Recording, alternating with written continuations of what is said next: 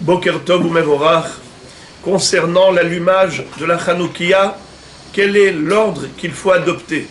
La première nuit, on allume le nerf qui est le plus à droite. Ensuite, tous les soirs, on commence par le nerf de gauche et on va de gauche à droite. Pour quelle raison? Il y en a deux.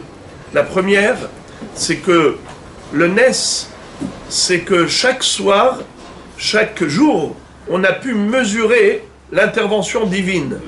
C'était un nes qu'une fiole d'huile qui contenait une quantité suffisante pour un jour a pu durer 8 jours. C'était ça le nes. Alors chaque jour on disait non mais c'est pas possible. Mais quoi, il s'est pas éteint.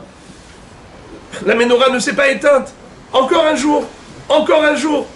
Chaque jour, on a constaté le nes. Alors, chaque jour, on doit commencer par le nerf Hanosaf, le nerf supplémentaire qui correspond à la journée supplémentaire de la fête.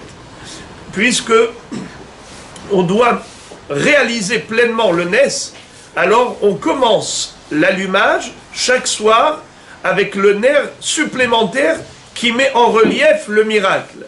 C'est pour cela qu'on allume toujours celui de gauche. Pourquoi? Parce que celui de gauche, c'est le nouveau. Et aussi, qu'est-ce qu'on gagne? C'est qu'en commençant par celui de gauche, tu vas aller de gauche à droite. Et c'est comme ça qu'il faut toujours faire les mitzvot. En allant vers la droite.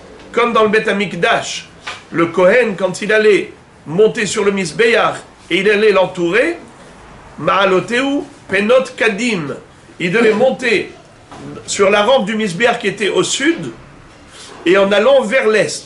Quand vous êtes dans le sud et vous allez vers l'est, eh bien vous allez de gauche à droite, vous allez vers la droite.